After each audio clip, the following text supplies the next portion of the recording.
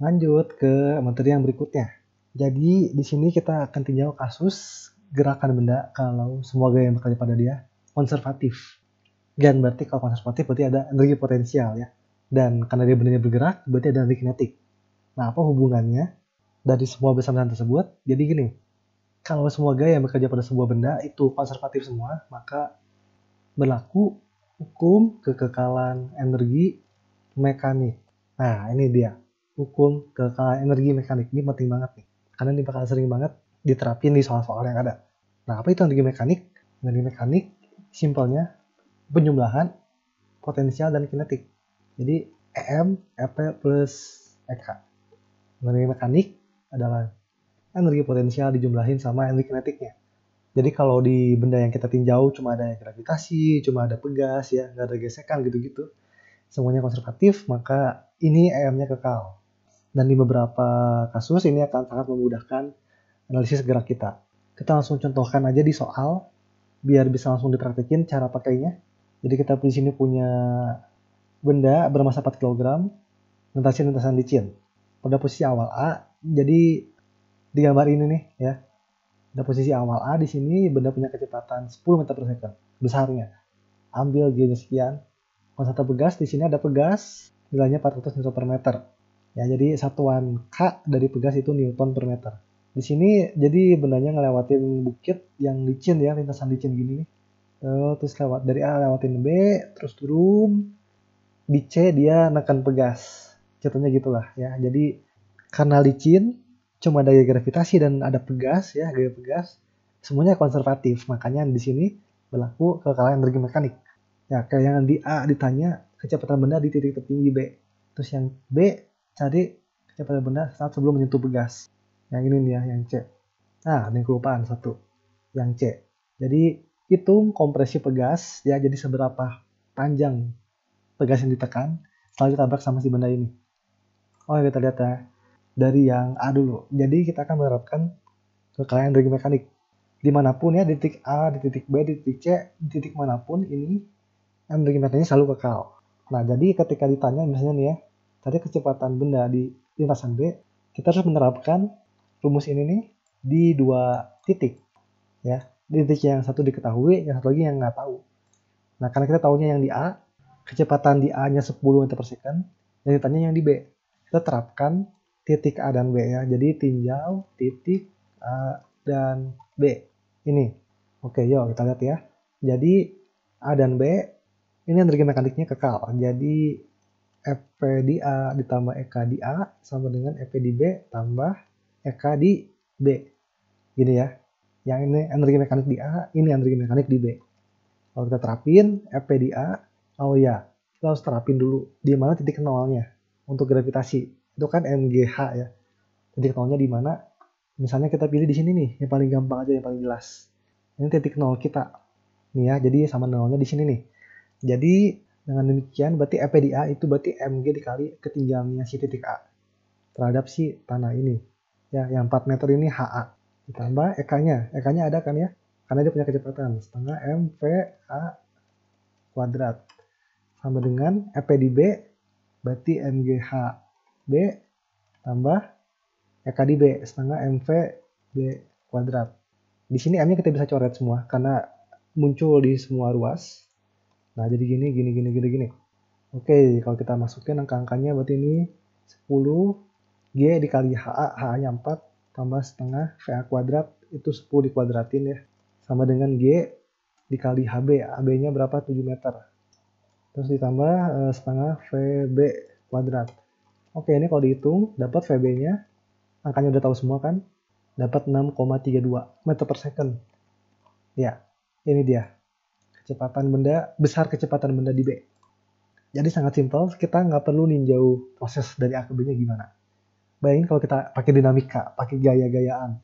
Tinjau gaya normal, MG, ini bidang miring kan, MG sin theta, berarti kemiringannya berubah. Wah, itu sangat pusing. Dengan energi, itu jadi sangat simpel. Kita dimudahkan banget. Karena yang B, tadi besar kecepatan benda saat sebelum nyentuh pegas.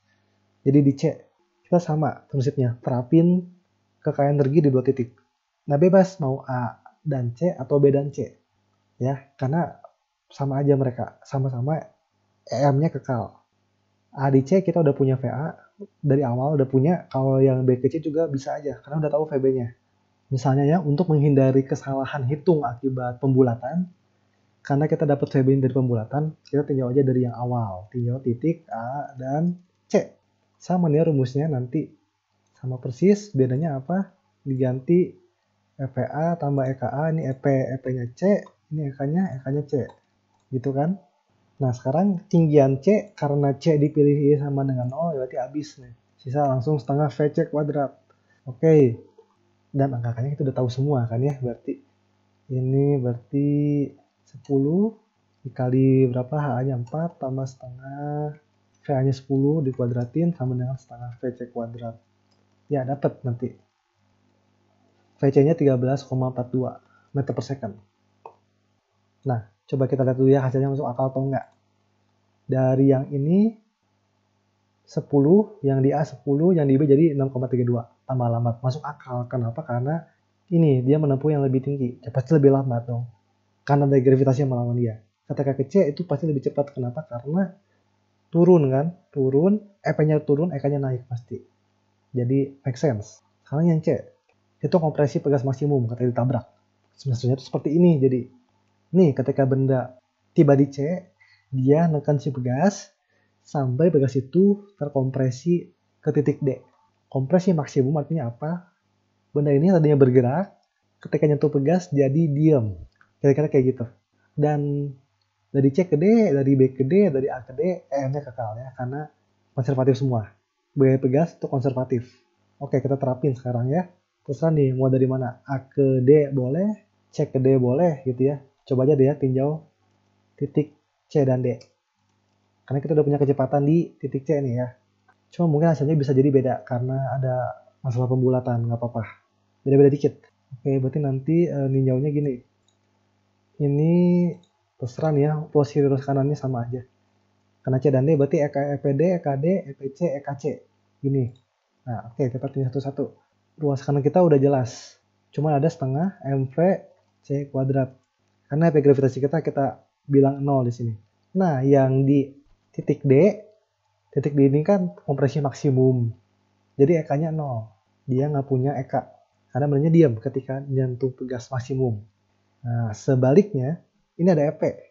Tapi EP-nya bukan efek gravitasi. Ingat, EP kita ada dua di sini sebenarnya.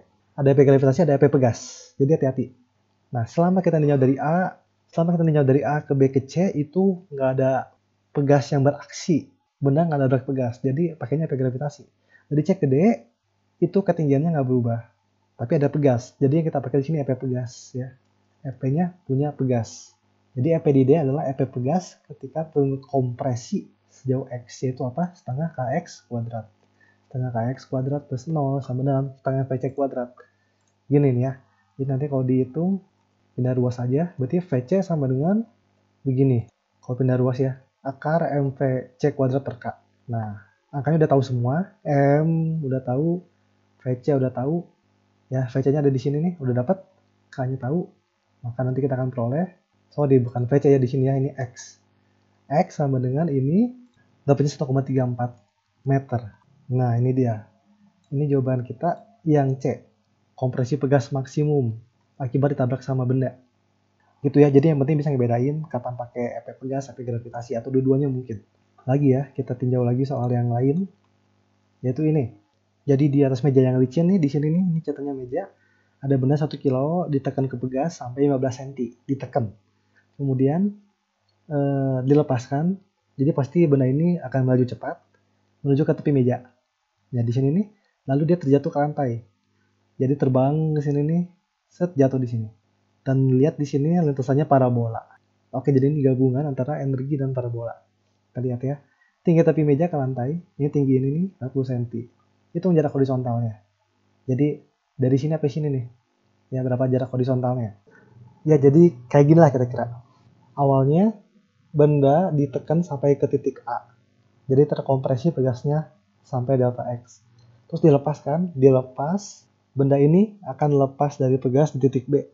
Dia melaju cepat, terus tinggi meja ini H. Di titik C dia akan gerak parabola sampai ke titik D jatuh. Dicari itu D-nya. Nah, dari titik A ke B ke C ke D, ini semuanya licin, gravitasi, dan pegas. Jadi, kekayaan energi berlaku. Cuma sayangnya, dari C sampai D, kalau pakai energi kekal, itu nggak guna. Kenapa? Karena ditanya apa? Mintanya itu jarak horizontal, D ini. Ya, sedangkan di rumus energi potensial kita, ini yang udah kita pakai, nggak ada jarak horizontal tuh. Jadi, memang dari C ke D, mau nggak mau harus pakai parabola. Nggak bisa enggak ya. Kalau ditanya kecepatan di D mah, langsung pakai energi bisa kita peroleh. Nah, oke kita lihat dulu ya. Kita perlu apa berarti kecepatan di C? Supaya kita bisa analisis gerakan parabola dari C ke D, kita perlu kecepatan di C. Oke, sekarang tinjau energi antara A dan B, atau B ke C boleh juga ya. Langsung aja kalau gitu, dari A ke C. Ya, kan dari B ke C ini sebenarnya nggak ada apa-apa. Dari B ke C, benarnya gerak aja. Harusnya V-nya tetap. Oke, sekarang tinjau titik A dan C. Energi mekaniknya sama di titik A dan titik C. Oke, sekarang kita lihat EP di A, berarti ada pegas pastinya. Nah, yang gravitasi tergantung nih, pilih Y sama dengan nolnya di mana. Oke, misalnya kita pilih di sini lah ya, kita pilih di lantai Y sama dengan nolnya. Berarti di sini ada dua-duanya nih, EP-nya. Ada yang gravitasi, ada yang pegas. Jadi EP di A, yang gravitasinya MGH, yang pegasnya berarti setengah K delta X kuadrat. Gini ya. Dan EK-nya 0 karena kondisinya diam kan, ditekan sampai maksimum pasti diam bendanya di sini. Sekarang yang di C EP-nya udah nggak pakai pegas lagi tuh ya, bendanya udah nggak berhubungan sama pegas lagi, jadi cuma ada gravitasi doang berarti MGH. Oke, terus EKC-nya ada dong ya, karena dia punya kecepatan setelah dilepas dari pegas, setengah M V C kuadrat. Nah lihat nih, MGH-nya kecoret ya kan, jadi sisa setengah KE delta X kuadrat sama dengan setengah MV C kuadrat. Oke, ini pindah ruas aja yang ini nih. Jadi VC sama dengan delta X akar K per M. Bisa dicek nanti. Dan udah tahu semua. Delta X-nya 15 cm. Hati-hati, cm. Ubah ke meter ya, biar SI. K-nya udah, ada, M-nya ada. Oke, tinggal dihitung kan. Jadi dapatnya nanti 2,6 meter per second. Nah, kalau dihitung ya. Ini kecepatan di titik C. Baru habis itu kita tinjau gerak parabolanya. Seperti biasa kita bikin sumbu ya, X, Y kayak gini. Y-nya sama dengan 0 di sini. Udah kita terapin. X sama 0 di sini aja lah. Jadi koordinat asalnya di sini nih ya, 0,0-nya di sini. Oke, kita taunya apa? Taunya ketinggian awal si benda sebelum dia gerak parabola. Jadi kita tinjau sumbu Y-nya dulu aja. Sumbu Y-nya kita buat tinjau dari C ke D kan ya. Di sumbu Y, rumusnya apa? Y sama dengan Y0 parabola nih.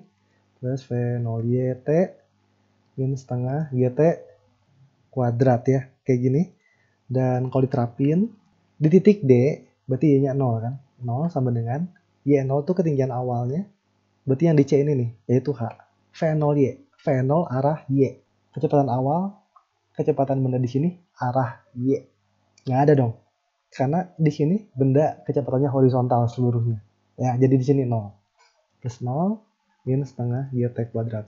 Oke, kita akan dapat nanti H-nya tahu ya, 40 cm ini. G-nya tahu, ambil aja 10 lah ya.